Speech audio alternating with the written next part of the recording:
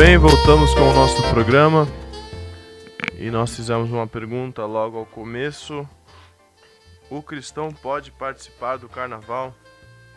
Então estamos esperando aí a sua opinião através dos nossos telefones 98126 0055 ou nosso telefone fixo 3307 4429 98126 0055 ou 3307-4429. O cristão pode participar do carnaval? Você manda a sua opinião e durante a semana nós estaremos conversando a respeito desse assunto, esclarecendo todo essa festa que as pessoas tanto comemoram, que tanto participam, e nós vamos estar conversando a respeito daquilo que a Bíblia diz. Temos aqui uma pergunta da Zulmira, no nosso quadro O que a Bíblia diz. E ela pergunta a respeito do livro de João,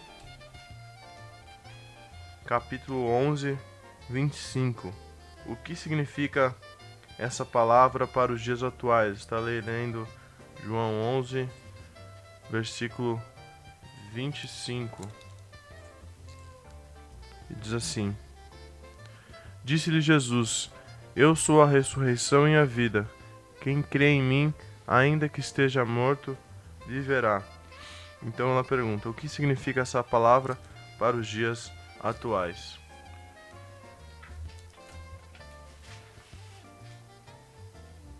Apesar do Senhor Jesus ter morrido fisicamente, conforme narrativa de Hebreus, capítulo 9, verso 27, ao homem está ordenado morrer uma só vez, vindo depois disso o juízo. Mas o Senhor Jesus, ele ressuscitou ao terceiro dia. E aqui o Senhor está dizendo: eu sou a ressurreição e a vida. Então, para quem crê em Jesus, a morte física não é um fim trágico. Pelo contrário, é admissão à vida eterna, abundante, à comunhão com Deus. Por isso o apóstolo Paulo ele dizia na sua epístola aos Filipenses: para mim, o viver é Cristo e o morrer é lucro. Quem está em Cristo está na vida. Jesus veio para trazer vida e vida em abundância. Daí a questão principal é que o último inimigo que nós vamos ter que vencer, o apóstolo Paulo fala isso em 1ª Epístola aos Coríntios, no seu capítulo 15 e no seu verso 26, ele fala a respeito disso. Diz o texto: ora, o último inimigo que há de ser aniquilado é a morte. Então, nós temos vários inimigos, podemos assim dizer, na nossa vida espiritual. Esse último inimigo é a morte. Por isso, o Senhor Jesus Cristo, ele dá essa esperança, essa promessa de que quando morrermos, estaremos com o Senhor Jesus Cristo, o que é bem melhor, como aconteceu com Estevão, quando ele foi apedrejado. Atos, capítulo 7, ele dizia assim: Senhor Jesus, recebe o meu espírito. E pondo-se do joelho, clamou com grande voz: Senhor, não lhes imputes esse pecado. Então o Senhor Jesus Cristo é aquele que recebe o nosso espírito, e no dia da grande ressurreição teremos nossos corpos transformados. O texto fala sobre a ressurreição dos mortos, né? Mostrando que o nosso Senhor Jesus Cristo, ele é todo poderoso, tem poder para ressuscitar os mortos, e aqueles que morrerem em Cristo podem ter a certeza que no arrebatamento serão ressuscitados, porque ainda que esteja morto, viverá. E também eu penso que o texto também tem uma outra parte espiritual, onde mostra que Cristo pode dar vida àquilo que está morto espiritualmente. E o homem sem Cristo, ele é uma pessoa morta espiritualmente, porque o salário do pecado é a morte. Morte na Bíblia significa separação. Então, o homem que ainda não teve um encontro, a pessoa que não teve ainda um encontro verdadeiro com Cristo, na Bíblia ele é apresentado como uma pessoa que está morta espiritualmente. E Cristo tem poder de dar vida espiritual àquele que está morto.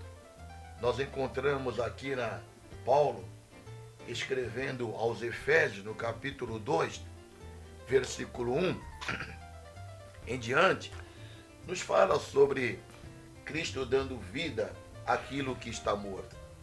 Diz o texto: e vos vivificou, estando vós mortos em ofensas e pecados. Então Cristo nos vivificou, estando mortos em ofensa e em pecados.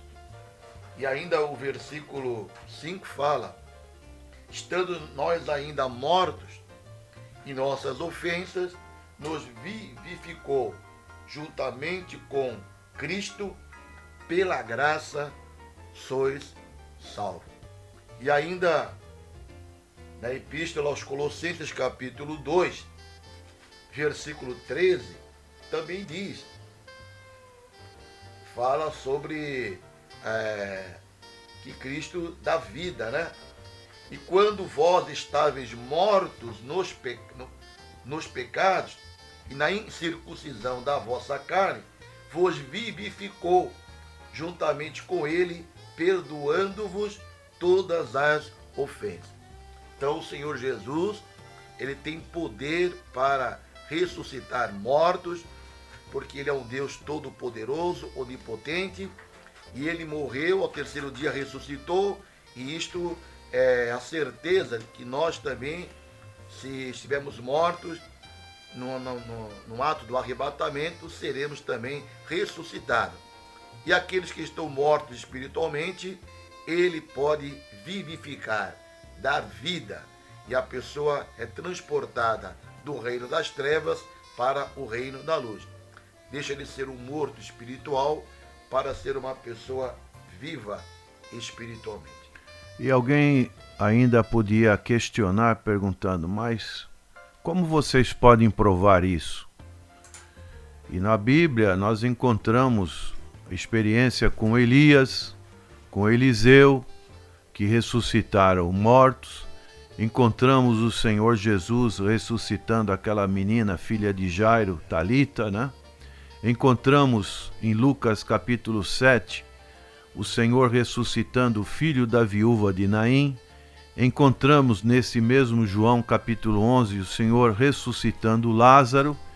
E encontramos na morte do Senhor Jesus, diz que quando ele inclinou e bradou, tudo está consumado, houve um movimento de ressurreição de muitos santos. Daí a prova que a Bíblia nos concede a respeito dessa ressurreição. Amém. Amém. Outra pergunta do irmão Silas. Ele pergunta: na grande tribulação, depois da vinda de Cristo, a salvação para os que ficarem será dada de alguma forma? Sim, a Bíblia nos fala, dentro do calendário das profecias, que após o arrebatamento da igreja, vem um período chamado a Grande Tribulação aqui na Terra, um período de 7 anos, dividido entre 3 anos e meio, 2 períodos de 3 anos e meio. E enquanto no céu está ocorrendo as bodas do Cordeiro e o tribunal de Cristo, as pessoas que não subirem no arrebatamento vão passar por este período de grande tribulação, aonde vai surgir o anticristo e onde a ira do Senhor será derramada sobre esta terra. E a Bíblia nos fala assim, que diante da perseguição do anticristo, algumas pessoas, vai ser um período difícil, mas algumas pessoas vão ser salvas durante este período. E isto está registrado em Apocalipse. Peço para que o nosso irmão Lucas aqui, por favor, leia.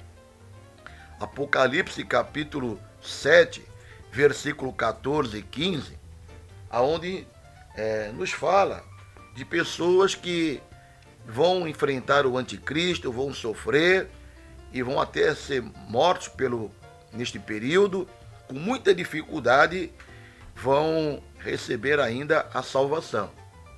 Apocalipse capítulo 7, do versículo 14 ao versículo 15.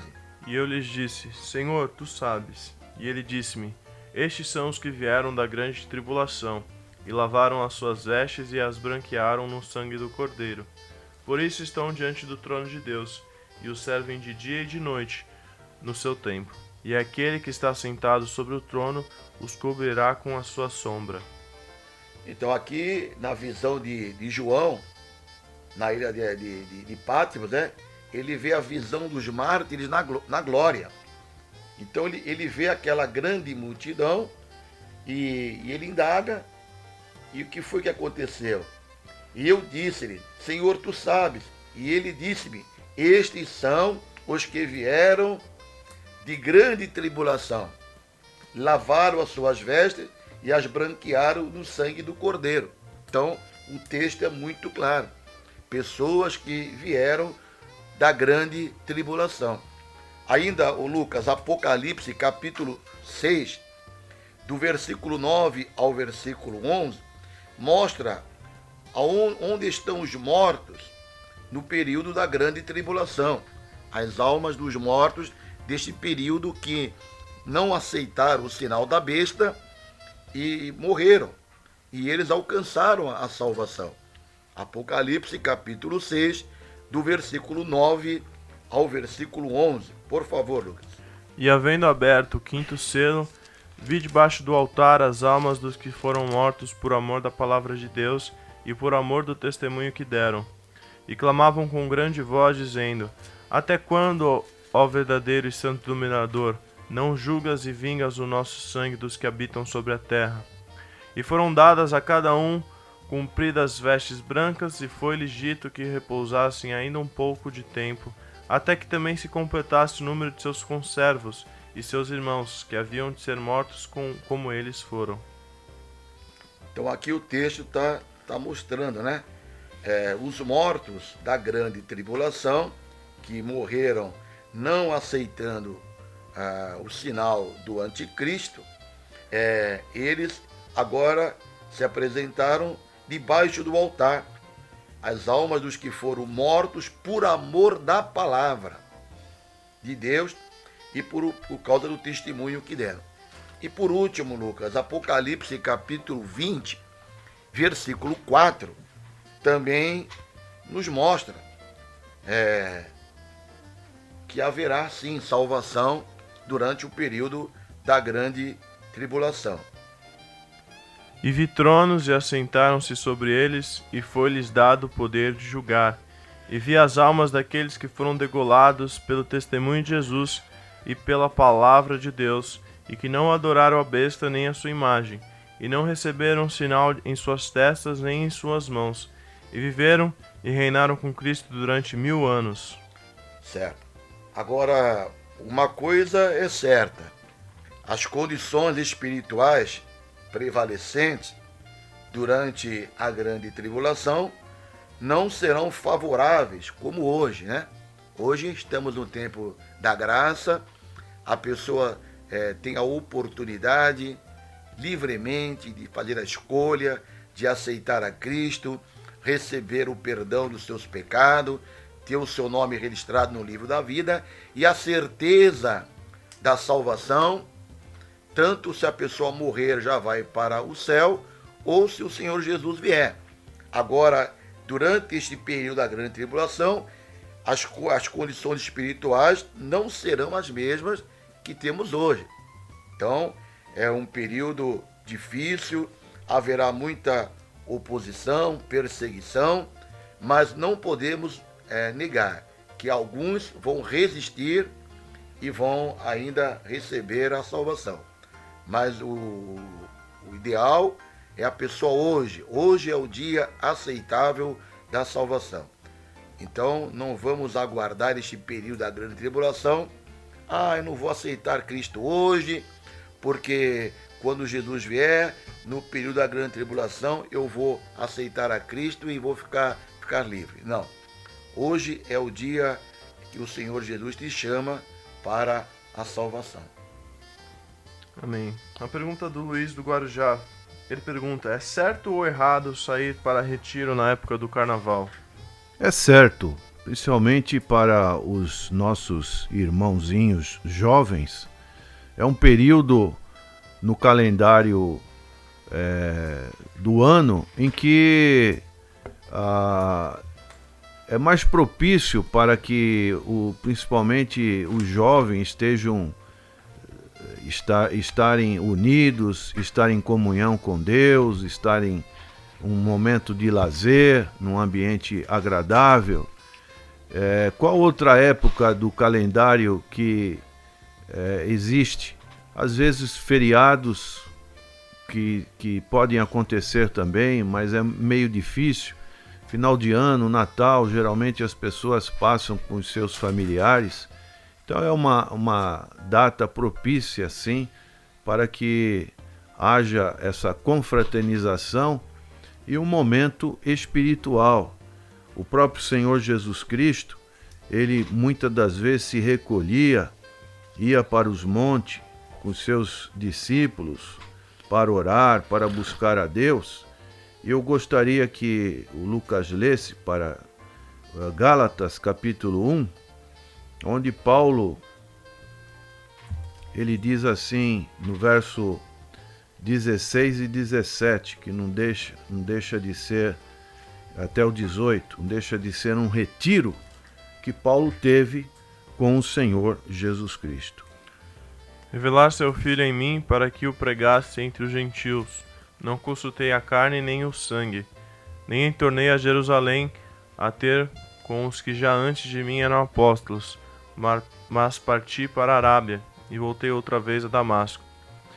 Depois de passado 3 anos, fui a Jerusalém para ver a Pedro, e fiquei com ele 15 dias. Então aqui nós vemos que o próprio apóstolo Paulo passou por um período desse. Amém. O nosso